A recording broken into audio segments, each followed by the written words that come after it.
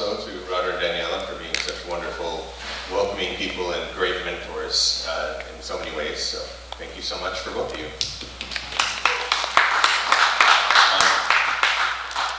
So we've been talking a lot with different people at headquarters, now meeting different church leaders, and trying to kind of figure out and consolidate the desires from Korea, from True Mother, from national headquarters here in the United States, and then also trying to figure out what people in the community want most, because that's where it really comes down to it.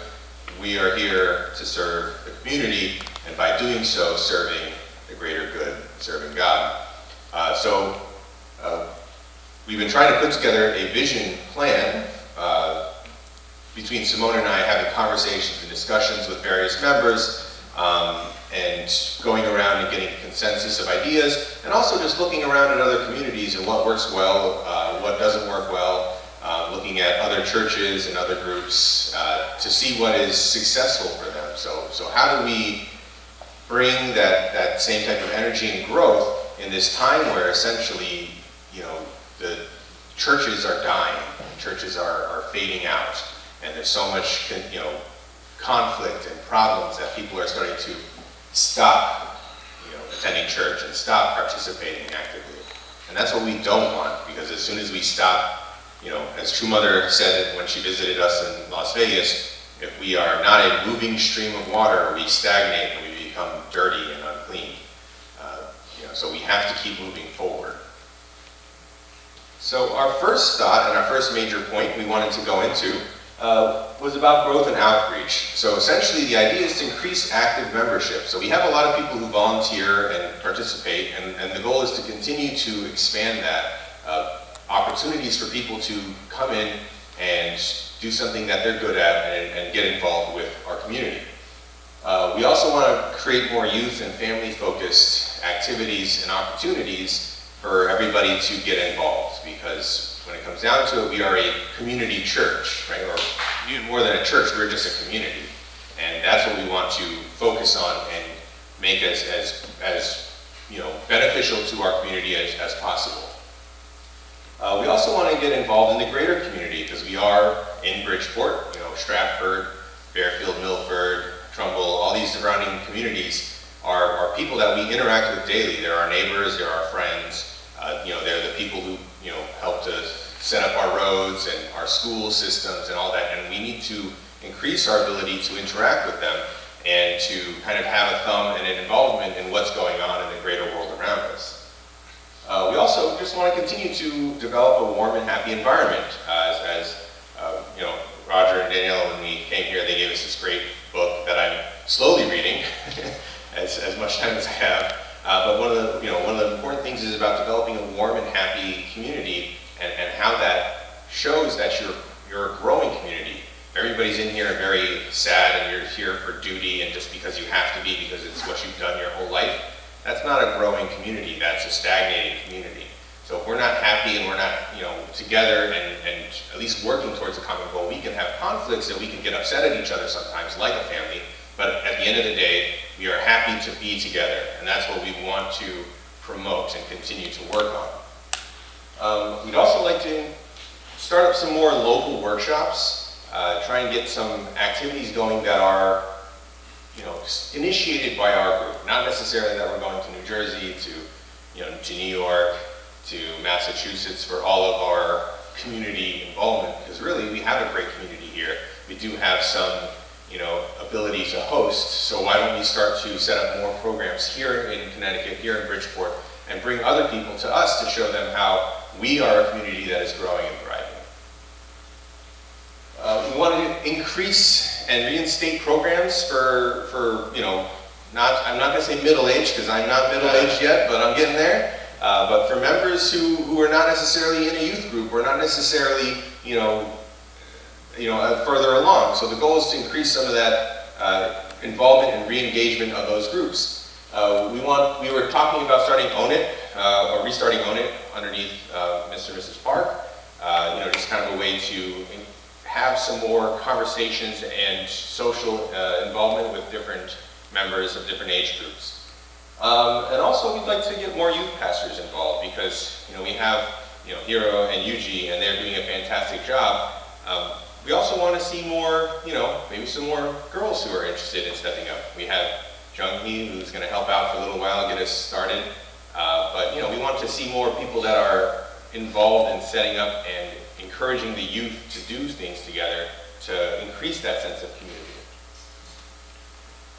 We're starting to see Belvedere setting up HJ Hyojongnyuri programs. And that's something True Mother said we all need to be doing, because that's the future of the movement itself, is encouraging the youth to take a part of our community and to really lead us going forward, because after a certain point we get tired and we're not interested in reinventing the wheel. We just want to relax and get through and kind of finish up.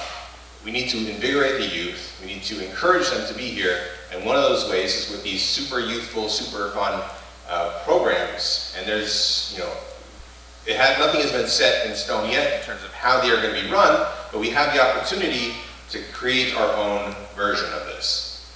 We also want to reestablish the Connecticut Women's Federation. We have a chapter here where we want to make it a little bit more active and get more involved. So Hanavet has done a fantastic job of keeping everything together and holding the ship afloat. And we want to help her out and then get this program moving again, because it's another way to round out our community involvement, our ability to naturally witness to other people, and also to spread True Parents' words.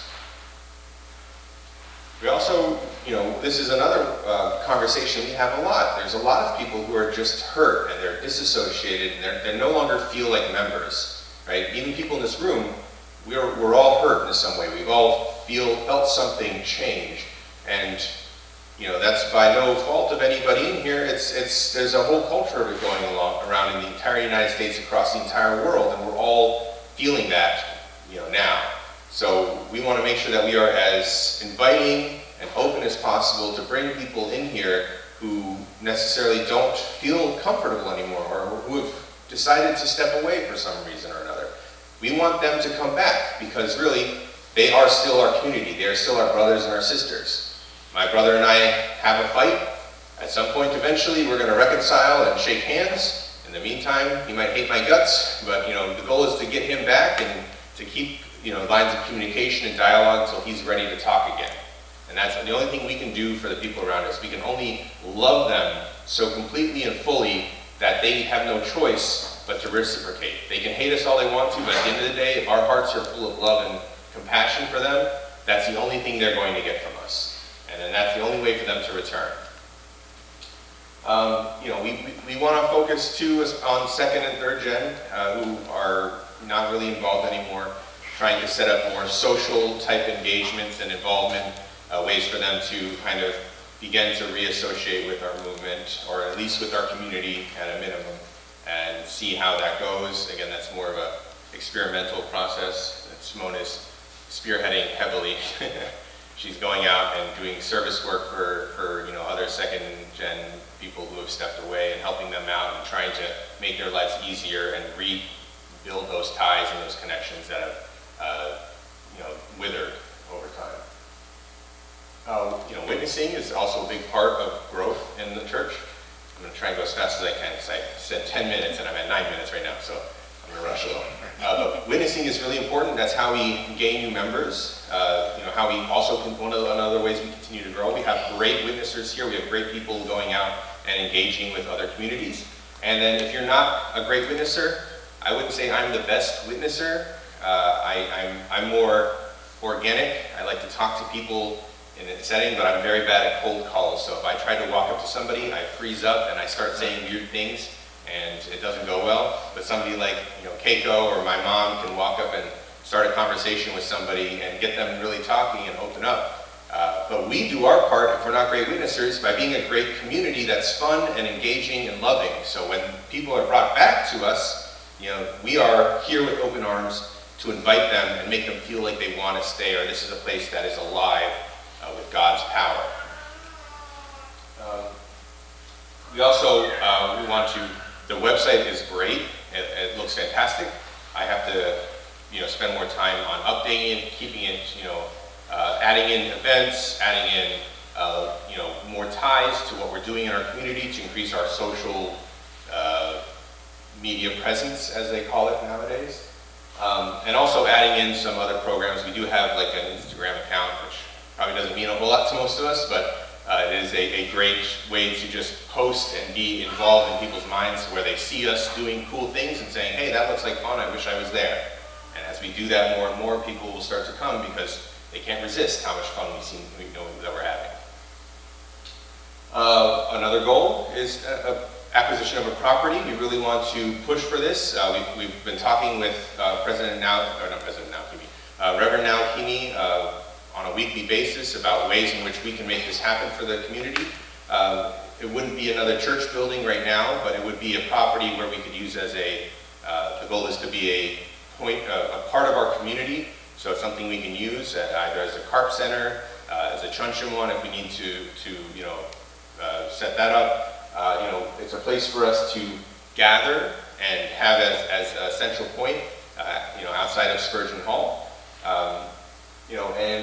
And eventually, we've talked to Naokimi about this because that was a big concern about using public money for profit generation, but eventually we would also be able to convert that into a profit generating vessel for the community so that we can actually reduce some of the burden on our members for the events and activities that we have going on. We want to continue to support ACLC and CARP.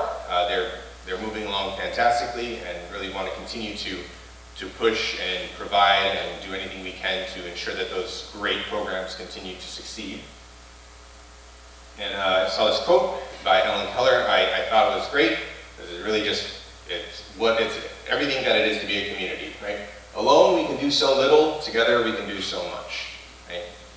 Me by myself, Pastor Simone by herself, we can only do so much as we have time in the day, but really when it comes down to it, we're not going to get anything done if we don't have community involvement, people who are interested in growing this and making this community, to be even greater than it already is. And that's kind of part of our vision, is that this community becomes not just a spot on the map between, New York City, Manhattan Church, and Boston's, Morning Garden. Like, we want people to say, talk about Connecticut as one of those major points and one of those major communities in the United States. And that's our goal, and it's a part of our mission, as we go forward, and that's our mindset we have. So I just want to say thank you so much. Only 3 minutes over. I appreciate it. We're going to come back to Roger and continue on with a great conversation.